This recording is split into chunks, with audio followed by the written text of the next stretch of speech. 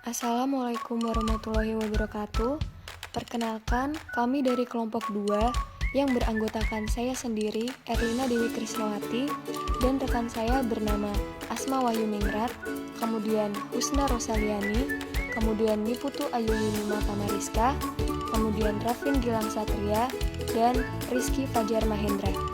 Di sini kami akan mempresentasikan materi yang berjudul Akuntansi Kas dan Bank dan Piutang. Untuk selanjutnya, saya akan menjelaskan materi yang pertama yaitu akuntansi kas dan pengendalian kas. Semua orang tentu mengetahui apa yang dimaksud dengan kas, yaitu suatu jenis benda yang dapat dipakai sebagai alat pembayaran untuk memperoleh barang maupun jasa yang diperlukan. Pendapat mengenai kas tersebut memang benar, seperti yang dikemukakan oleh Zaki Baritwan, yaitu kas merupakan suatu alat pertukaran dan juga digunakan sebagai ukuran dalam akuntansi. Semua transaksi yang terjadi dalam akuntansi selalu diukur dengan kas yang merupakan satuan nilai mata uang yang berlaku di negara tempat domisili perusahaan. Kas yang merupakan salah satu pos aktiva lancar adalah aktiva yang paling liquid dalam arti paling sering berubah. Karena seluruh transaksi keuangan yang terjadi selalu berkaitan dengan kas atau berakhir dalam rekening kas. Adapun sumber penerimaan kas antara lain berasal dari: pertama, penjualan tunai atas barang dagangan; kedua, pelunasan piutang dari debitur; ketiga, pengambilan utang pada pihak kreditur; keempat, penambahan modal dari pemilik; kelima, penjualan saham baru kepada pemegang saham, dan lain-lain. Uang kas ini sangat mudah dipindahtangankan dan mungkin tidak dapat dibuktikan, sehingga pengendalian kas yang ketat sangatlah penting, terutama sekali pengendalian internalnya. Bentuk-bentuk prosedur pengendaliannya terlihat antara lain: untuk penerimaan uang, pertama, harus ditunjukkan dengan jelas fungsi-fungsi dalam penerimaan kas dan setiap penerimaan kas harus segera dicatat dan disetor ke bank. Kedua, diadakan pemisahan fungsi antara pengurusan kas dengan fungsi pencatatan kas. Ketiga, diadakan pengawasan yang ketat terhadap fungsi penerimaan dan pencatatan kas. Keempat, dibuat laporan kas untuk setiap hari sebagai pertanggungjawaban kas. Untuk pengeluaran uang, pertama, pengeluaran uang harus menggunakan cek, kecuali pengeluaran-pengeluaran yang jumlahnya kecil, yaitu menggunakan kas kecil. Kedua, dibentuk kas kecil. Ketiga, diadakan pemisahan antara pihak yang mengumpulkan bukti pengeluaran, yang menulis cek dan yang menandatangani cek, serta yang mencatat pengeluaran kas. Keempat, pemeriksaan internal pada jangka waktu yang tidak tentu. Kelima, dibuat laporan pengeluaran kas harian sebagai pertanggungjawaban.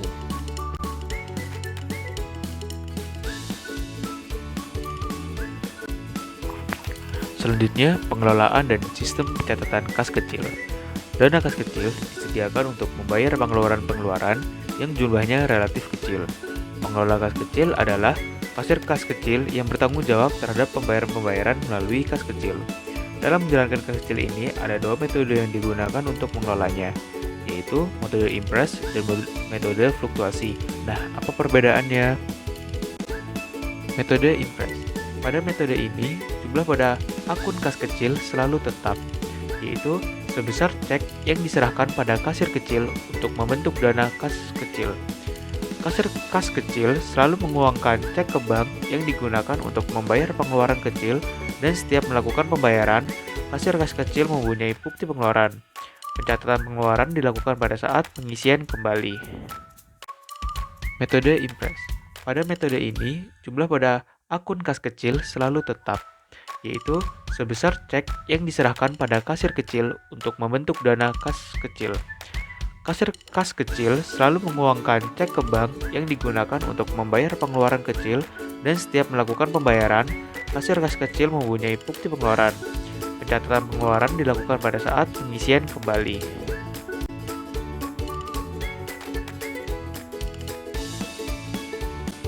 Rekonsiliasi bank, di mana rekonsiliasi bank secara sederhana dapat diartikan sebagai proses penyesuaian informasi catatan kas menurut perusahaan dan menurut bank.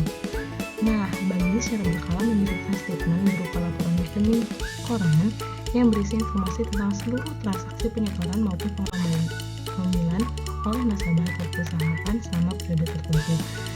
Nah, dari ini maka kedua bukti tersebut perusahaan akan dapat mengetahui apabila terjadinya kekeliruan atau kesalahan pencatatan yang mengakibatkan perbedaan catatan menurut bank dan perusahaan. Selanjutnya adanya komponen rekonsiliasi bank. Yang pertama ada deposit in transit. Faktor ini yang menyebabkan sering terjadi pada perbedaan ini. Faktor ini terjadi karena setoran yang dikirimkan oleh perusahaan ke bank pada akhir bulan belum diterima oleh bank sampai bulan berikutnya, sehingga perusahaan sudah mencatat sebagai pengeluaran, namun bank belum mencatat karena belum menerima setoran tersebut. Yang kedua ada jasa giro, jumlah yang sudah diperhitungkan oleh bank tetapi perusahaan belum menghitung atau mencatat tersebut. Ketiga ada cek beredar atau outstanding check, merupakan cek yang sudah tercatat dikeluarkan oleh perusahaan namun sebagian cek belum diuangkan di bank. Yang keempat ada cek kosong. Ini menyebabkan bank tidak mencairkan uang karena kurangnya dana setoran perusahaan, namun perusahaan sudah mencatatnya sebagai pengeluaran cek. Dan yang terakhir ada piutang wesel. Sudah dicatat oleh bank sebagai penerimaan, tetapi perusahaan belum mencatatnya. Ada tujuan rekonsiliasi bank, yaitu yang pertama untuk memastikan adanya persamaan pencatatan atau justru perbedaan di antara laba perusahaan dengan laporan bank. Yang kedua, untuk merapikan catatan laporan perbankan perusahaan untuk waktu tertentu. Yang ketiga, sebagai pendeteksi kecurangan akuntansi sejak dini. Dan yang keempat, untuk menjadi kontrol atas segala penerimaan maupun pembayaran dalam bentuk uang tunai maupun non-tunai.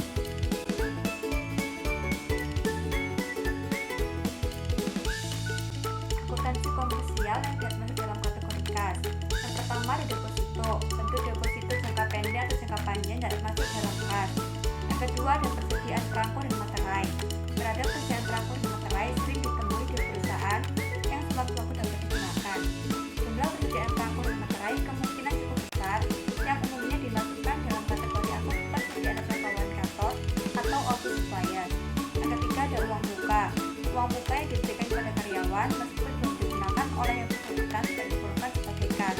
Yang keempat ada cek mundur atau cek kosong. Bentuk cek mundur cek kosong tidak memenuhi syarat sebagai uang kas. Contoh kasus, pada tanggal 14 Januari 2011, Tuan Giri menerima bunga deposito dari Bank Mandiri sebesar 8 juta rupiah dengan tarif pajak penghasilan yang pemungutannya bersifat final berdasarkan pasal 4 ayat 2 yang selanjutnya ditindaklanjuti dengan peraturan pemerintah nomor 31 tahun 2000 yang besarnya PPh atas bunga deposito bersifat final yaitu 20% dari 8 juta rupiah sebesar 15 juta rupiah.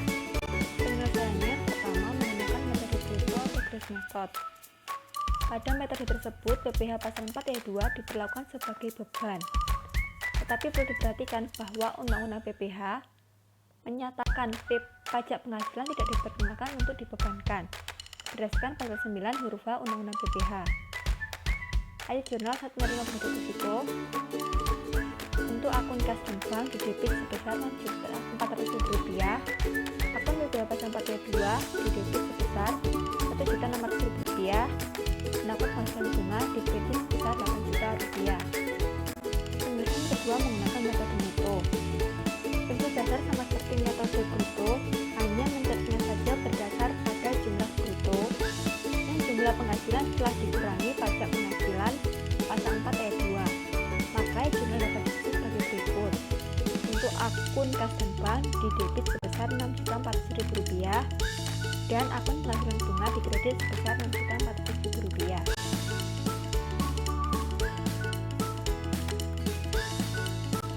Oke, di sini selanjutnya saya akan menjelaskan mengenai klasifikasi piutang dan pengendalian internal atas piutang. Yang pertama mengenai klasifikasi piutang. Menurut Ikatan Akuntan Indonesia, piutang menurut sumber terjadinya itu digolongkan menjadi dua. Yang pertama adalah piutang usaha dan yang kedua adalah piutang lain-lain atau yang biasa disebut dengan piutang non-usaha. Untuk piutang usaha itu timbul karena penjualan produk atau jasa dalam rangka kegiatan normal usaha. Nah, sedangkan untuk piutang yang di luar kegiatan usaha itu digolongkan sebagai piutang lain-lain atau piutang non-usaha itu sendiri. Nah, untuk contohnya itu seperti apa sih piutang lain-lain? Kan tadi kan kalau misalnya piutang usaha itu kan berkaitan langsung dengan pekerjaannya, yaitu perdagangan barang misal. Nah, kalau untuk piutang non-usaha ini contohnya adalah misal sebuah perusahaan itu selain bergerak di bidang perdagangan barang, nah dia juga menanamkan modal dan dia mendapatkan dividen. Kemudian dividen ini belum dibagikan dan menjadi piutang bagi dia. Nah, itu termasuk dalam piutang non usaha. Nah, sedikit saya ingin menjelaskan mengenai pengakuan piutang untuk mereview kembali buat teman-teman semua. Jadi, pengakuan piutang usaha ini terjadi kalau misalnya perusahaan ini terjadi transaksi di mana perusahaan akan diberikan pembayarannya kemudian. Nah, itu akan diakui sebagai piutang. Tadi kan saya sudah menjelaskan mengenai pengakuan piutang. Di sini saya ingin mereviewnya melalui pengaplikasian di ayat jurnal-jurnal transaksi yang mengakui tentang piutang. Untuk peristiwa yang pertama yaitu terjadinya penjualan kredit oleh perusahaan baik barang maupun jasa. Nah, jurnalnya itu adalah sebagai berikut. Yang pertama adalah dia akan mengakui piutangnya, di mana piutang itu saldo normalnya jangan lupa yaitu di debit sebagai piutang usaha dan kreditnya adalah penjualan atau pendapatan jasa jika itu berkaitan dengan jasa.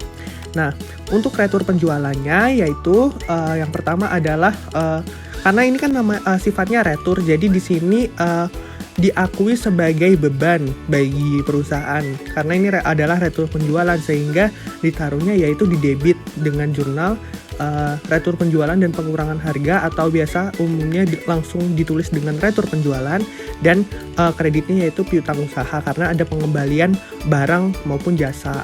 Nah, untuk yang peristiwa yang ketiga yaitu penerimaan kas dari debitur di mana piutang tersebut telah dilunasi yang sebelumnya masih diakui sebagai piutang. Nah, di sini sudah dilunasi oleh debitur dengan catatan jurnalnya yaitu karena kita menerima uang maka akan diakui sebagai kas dan untuk kas sendiri saldo normalnya adalah di debit. Nah, karena tadi piutang usahanya sudah dilunasi, maka di sini akan menjadi kredit.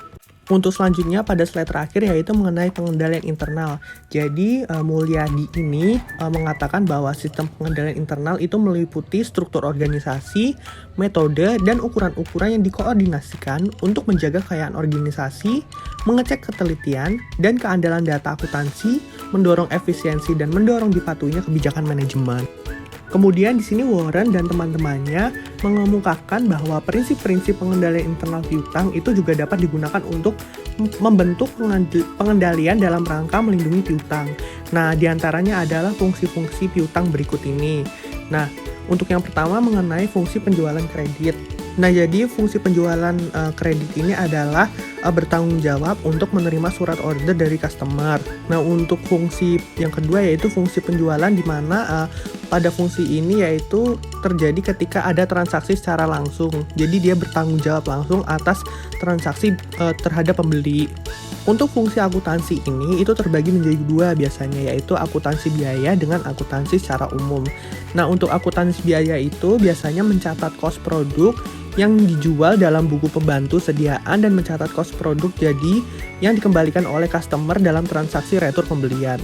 Nah, untuk fungsi akuntansi umumnya yaitu mencatat transaksi penjualan kredit dan tunai dalam jurnal penjualan, retur penjualan, pencadangan kerugian piutang, dan penghapusan piutang dalam jurnal umum.